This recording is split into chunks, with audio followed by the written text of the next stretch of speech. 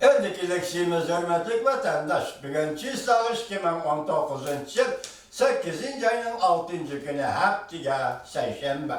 Öndeki mavzumunda Washington, geçelim. Öndeki mavzumunda Sodurishning hararati örledi. Prezident Trump hükümeti Cumhuriyeti pulni kontrol kılgıcı devlet Katar'a kirgizdi. Mavzulu haber 8. ayının 6. günü Amerika vazdan Xitay Til programımız e'lon qilindi. Haber bunday başlar. Washington xalq pulni qimmatini tushirib Amerikani yengila qo'ygan tamojda bejiga taqobil turmoqchi bo'layotgan bir paytda Prezident Trump hükümeti Cumhur hükümetini pul kontrol qilg'uchi davlat qatoriga kirgizdi. Amerika Cumhur so'z urishi yana o'rdi. Amerika Qo'shma Shtatlar Moliya ministri buning uchun haftaning birinchi kuni bir parcha bayonotida bunday ko'rsatdi.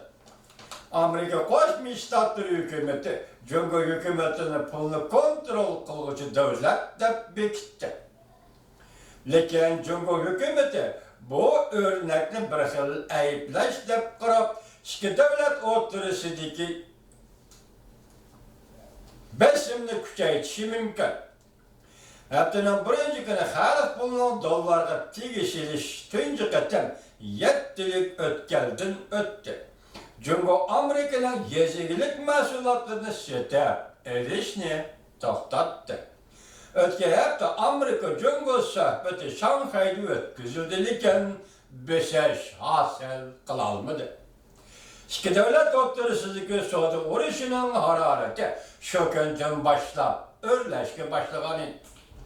Prezident Trump suhbati beshash hosil bo'lmasa, 9. ayning 1. kunidan boshlab Cumhurdan import qilingan 300 milliard dollarlik to'g'rimonlarga 10% boj qo'yish to'g'risida buyruq tushirgan.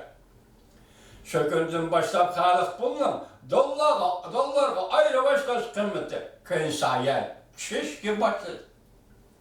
Amerika Qo'shma Shtatlar o'tmishda bir qatam Cumhurni pulni kontrol qiluvchi davlat qatoriga kirgizgan.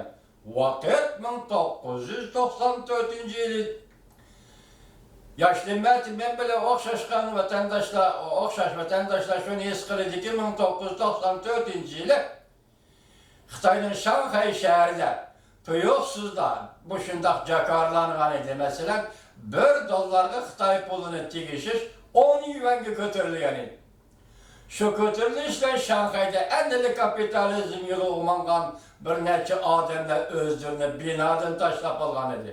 Balki hozir bu yerda misol qilayotgan Amerika Qo'shma Shtatlari shu kunda shu yilda Cumhurni pulni kontrol qiluvchi davlatlar qatoriga kirgizgan hammalar Shanxaydagi bu harakat yoki Beijingning bu harakati bir soatga ichida to'xtagan edi. Pulni kontrol qilish to'xtagan edi. Endi buguncha Amerikaning qonuniga asoslangan bir davlatni pulni kontrol qiluvchi davlat qatoriga kirgizish uchun tuvandagi o'lchamlar to'liq bo'lishi kerak. Yer shahrida bank hisobot nomerida 5 pul bo'lishi lozim. Amerika bilan bo'ladigan qo'sh taraflik savdoda qizil raqam paydo bo'lishi lozim. Hamda provod bozorining davomlashishida yakka xizmat bilan orlishish lozim.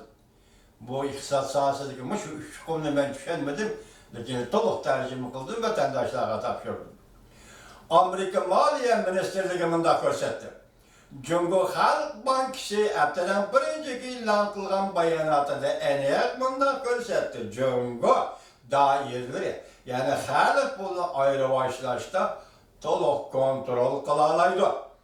Amerika Moliya ministrligi bunday ko'rsatdi.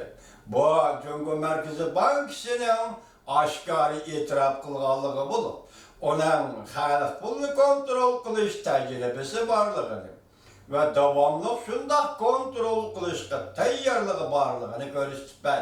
Demak, Cumhur pulni kontrol qilaman, qila olmayman. İqtidorim bor, tajribam bor deb izoh qildi. Amerika Koşmuş Ştatları'nın Maliye Ministerliği şu noktasını gösterdi. Bayanatımında gösterdi. 20 devlet görevinin bir azası bulup durulup Cumhur'un kılgan etkenleri rekabet karakterlik pul kımmetini çürüştün saklanış deydiğini verdi bir işlerge hılapla kıl. Cumhur'un pulu kontrol kılgıcı devletler katarı koyuş Prezident Trump'ın saylamda öyle berge verdisiydi.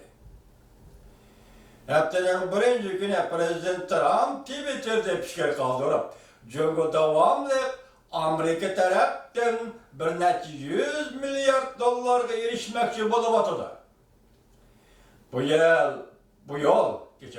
Bu yol adil bolmagan soda kılıkları ve privat kontrol kılış arkalı kolga keldi. Halk bunun kımmet devamlı düşüdüğün bolsa, kapital taşqarıga kaçıdı.